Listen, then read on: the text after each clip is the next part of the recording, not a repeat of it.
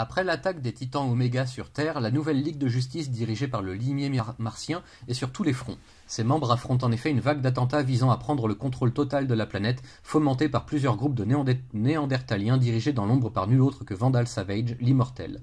Son plan échouera, mais cependant pas pour les raisons que l'on croit. En effet, Savage va être victime d'un retournement de situation signé Lex Luthor, qui pose ainsi les bases de sa nouvelle Légion Fatale. Ses membres, choisis avec soin, les plus grands ennemis des héros de la Ligue de Justice. Black Manta, Cheetah, Sinestro, Gorilla Grodd et même le Joker. Ne perdant pas un seul instant, Luthor met en action son propre plan qui consiste non pas à prendre le contrôle de la Terre, mais à l'orienter vers son destin inéluctable selon lui, une fatalité à laquelle il aspire plus que tout après de récentes et mystérieuses recherches jusqu'aux confins de l'espace et du temps. Neutralisant une à une toutes les protections de la Ligue de Justice et attaquant chacun de ses membres avec une force nouvelle, la Légion Fatale semble bien remporter la victoire, mais dans quel but? Une chose mystérieuse a été libérée dans l'univers connu. Issue de la destruction du mur source, cette nouvelle entité surpuissante fonce droit vers la Terre pour des raisons qui n'appartiennent qu'à elle. Luthor veut à tout prix s'en emparer, et pour cela il est prêt à faire tomber tous les obstacles, même s'il doit sacrifier son propre monde. La Légion Fatale semble avoir toujours un coup d'avance sur nos héros qui ont bien du mal à reprendre l'avantage. Est-ce que la Ligue de Justice vient d'atteindre ses limites? Je n'en dis volontairement pas davantage, et pourtant il y a matière à débattre, croyez-le bien.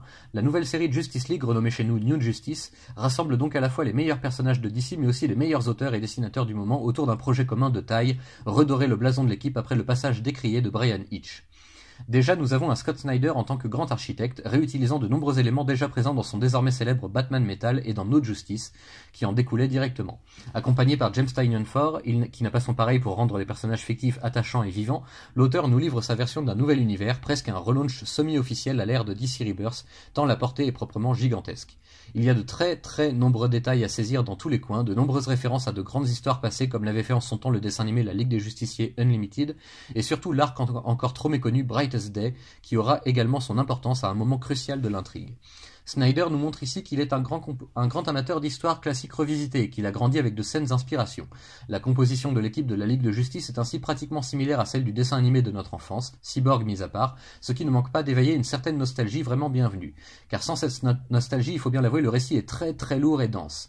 Il y a beaucoup de choses à assimiler, trop peut-être, et cela devient parfois tout simplement énorme au point qu'il faille relire certaines pages pour mieux comprendre ce dont il est question. Avec une bonne culture de l'univers d'ici et de son évolution au fil des ans, rien n'est impossible évidemment, mais ça reste une œuvre très bavarde, ayant énormément de choses à dire et à faire passer en relativement peu de pages. C'est peut-être bien pour l'instant l'album de la Justice League pour lequel j'ai pris le plus mon temps afin d'être bien sûr de l'apprécier pleinement.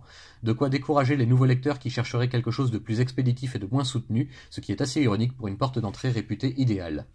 Quoi qu'il en soit, New Justice démarre donc très fort et pose les enjeux à un niveau encore jamais atteint, qui nous laisse rêveurs et qui sait également se faire désirer quand il est besoin. Les dessinateurs sont eux aussi très bons et semblent vraiment concernés par ce qu'ils mettent en image. Je n'ai pas été une seule fois rebuté ou distancé par le dessin et son rythme très soutenu et nerveux, quel que soit l'artiste en exercice. C'est vraiment du très bon et j'espère bien que cette qualité saura se maintenir jusqu'au bout, ou du moins encore quelques tomes. Rendez-vous est d'ores et déjà pris pour la suite, je compte bien ne pas la rater et vous aussi.